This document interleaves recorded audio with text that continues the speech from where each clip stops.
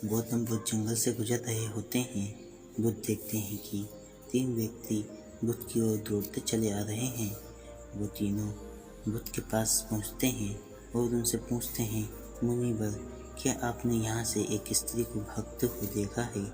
बुद्ध ने कहा, नहीं, मैंने तो यहाँ से किसी भी स्त्री को भागते हुए नहीं देखा। बुद्ध ने उन तीनों से प्रश्न किया, लेकिन आप तीनों इतने परेशान और चिंतित क्यों हैं? उन तीनों में से एक व्यक्ति ने कहा, वह स्त्री एक डायन थी, वह हमारा सारा धन लेकर भाग गई।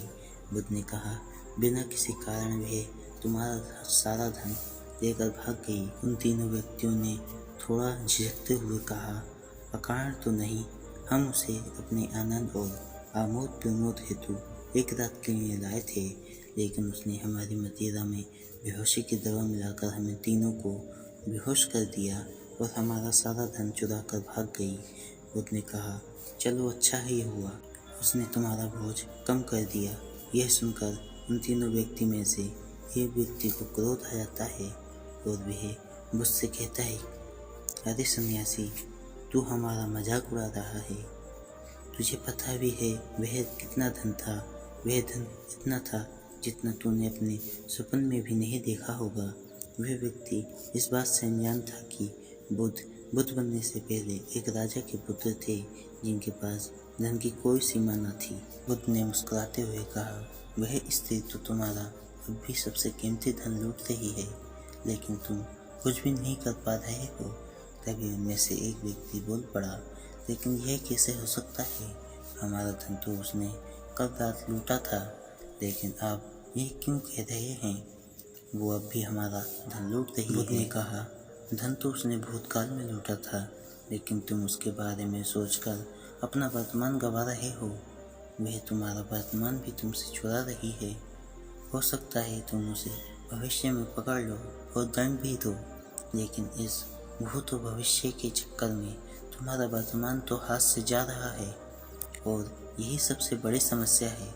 तुम भूतकाल का बोझा उठाए उस भविष्य को बदलने का प्रयास कर रहे हो जो अनिश्चित है, और खो रहे हो अपना वर्तमान। यह सुन उन तीनों व्यक्तियों में से एक व्यक्ति कहता है, बात तो आप ठीक ही कह रहे हैं, लेकिन हम इस पल में जी पाए तो? बुद्ध ने कहा, यदि तुम इसी क्षण में जी पाए तो तुम अपने आप को जान सकोगे और अपने दुखों का मूल कारण भी जान पाओगे। तीनों व्यक्तियों में से एक व्यक्ति बुद्ध से पूछता है कि आप अपने आप को जान पाए, और अगर जान पाए तो उस जानने से हुआ क्या? व्यक्तियों में से एक के पास बांसुरी होती है। बुद्ध ने कहा, मित्र, जरा मुझे अपनी बांसुरी देना।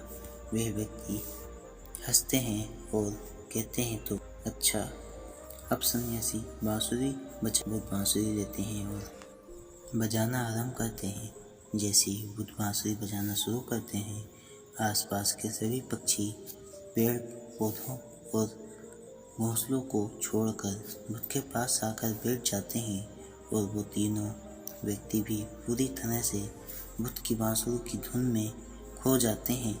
बुद्ध बांसुरी बजाना बंद कर देते हैं, लेकिन अभी भी वो तीनों व्यक्ति टकटकी लगाए बुद्ध को देखे जा रहे थे, क्योंकि उन्होंने आज से पहले बांसुरी की इतनी मधुर धुन कभी भी नहीं सुनी थी।